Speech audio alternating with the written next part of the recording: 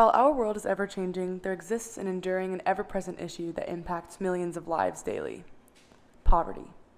We all think we know what poverty is and what it means, but do we really? Poverty is more than simply income lowness. It is a multifaceted concept bigger than mere numbers.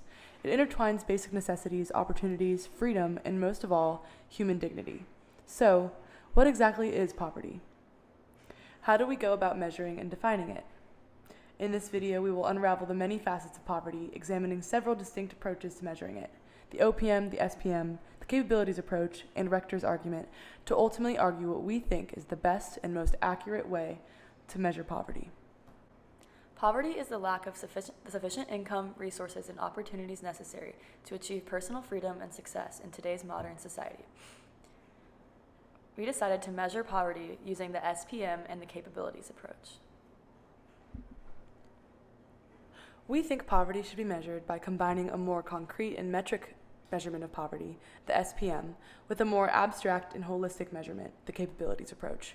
We think by adding the capabilities approach into the SPM, will account for factors that income and other statistics can't necessarily show, and better represent each individual's circumstances and abilities. Our method balances accuracy with inclusivity and adds subjectivity to clear quantitative measurement. Before we dive into what we think is the best way to measure poverty, we will review the current standard of measurement in the United States, the OPM, or the official poverty measure. The OPM estimates how many people are unable to afford necessities without government assistance. This measure is based on the average national cost of food from the 1960s, but is adjusted every year to reflect inflation. The Census Bureau determines who is in poverty by comparing pre-tax income to a threshold set to 3 times the cost of a food basket. The threshold is also adjusted depending on family size and composition. While this method sets a clear threshold and is easy to measure across time and across different communities, we think that it does not accurately represent the needs of modern life for other factors such as non-cash government benefits, geographical differences, and non-nuclear family structures. We think that the OPM is outdated and does not capture the complex nature of poverty in our day and age. In order to better represent an ever-changing society in which people have different needs and abilities, we believe it is important to incorporate a holistic and all-inclusive approach into our measurement. That said, it's also important to have a clear way of measuring who is in poverty and who is not. To create a method that allows for both, we will begin with the supplemental poverty measure, or the SPM, as our baseline. The supplemental poverty measure looks at pre-tax income, like the OPM, but also adds non-cash benefits, both in-kind and near-cash benefits. Additionally, it subtracts non-discretionary expenses like taxes and medical expenses. We like this method better than the OPM because it factors in important things besides pre-tax income, like government benefits. 2 families could have identical incomes, but one could receive government benefits and the other could not. By the OPM standard, the families are experiencing the same level of poverty. According to the SPM, on the other hand, the one with government benefits is considered to be doing better than the one without. The threshold of the SPM is the 33rd percentile of necessary spending times 1.2, or the bottom tertile of people spending money on food, clothes, shelter, utilities, telephone, and internet, times 20% to represent additional necessities. We think that the SPM well represents the necessities of modern life and accounts for non-cash benefits, familial and geographic differences, and other things that the OPM left out. Additionally, the SPM acknowledges that the world is always changing, and so is the standard of living in the U.S. We will incorporate much of the SPM into our final measurement of poverty, but there are certain shortcomings we want to address. The SPM is meant to provide a more all-encompassing method of measurement, but we believe that it still does not fully leave room for the needs of each individual. For example, if 2 individuals have the same income, government benefits, and FCSU/TI spending, but one individual has a severe disability that prevents them from having the same quality of life and opportunities, the SPM still considers them at an equal poverty level. For this reason, we turn to the capabilities approach to fill the gap left by the SPM.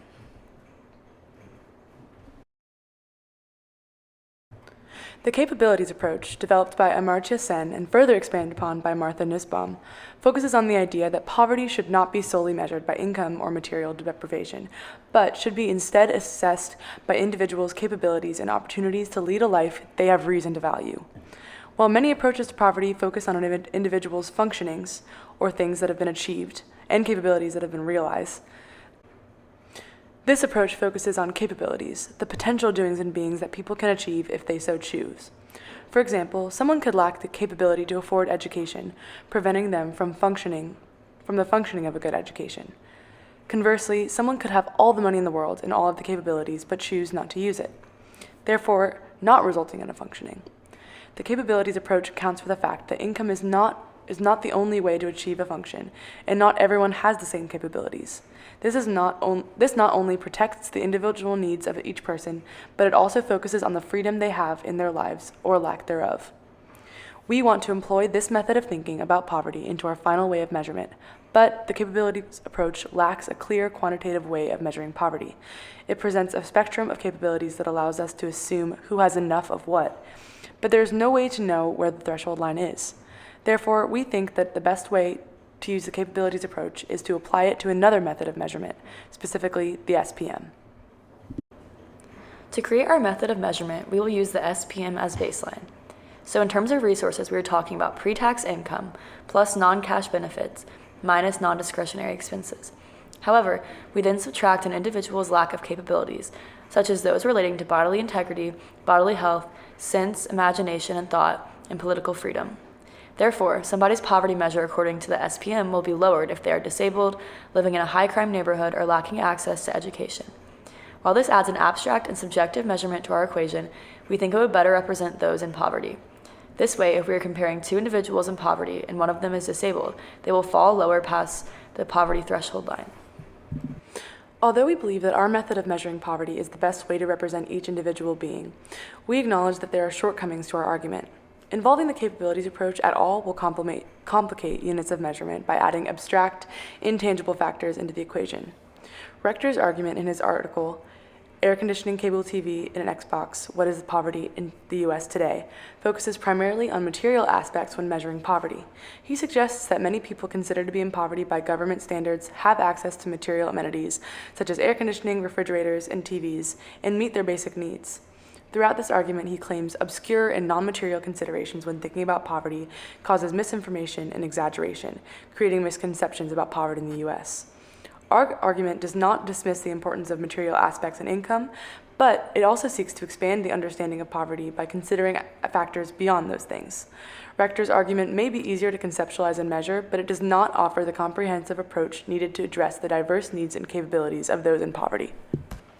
We decided to utilize AI after we determined what we thought was best to measure poverty. We were curious to see what AI would come up with, but wanted to write our thesis before being swayed by AI. After all this, we prompted it to tell us what the best combination of the different measurements of poverty is to best protect human dignity. It turned out that AI agreed with us, saying that SPM was the best measurement to use, but that it is beneficial to combine approaches that consider both income and non-income factors. In conclusion, our method of measuring poverty includes both concrete and quantitative factors as a result of the SPM, and abstract factors due to the capabilities approach. When we asked AI for its opinion, we stressed that we wanted a method that would protect and emphasize the dignity of all human beings. Using this key phrase, we were not surprised that AI agreed with us. And we think that you should too.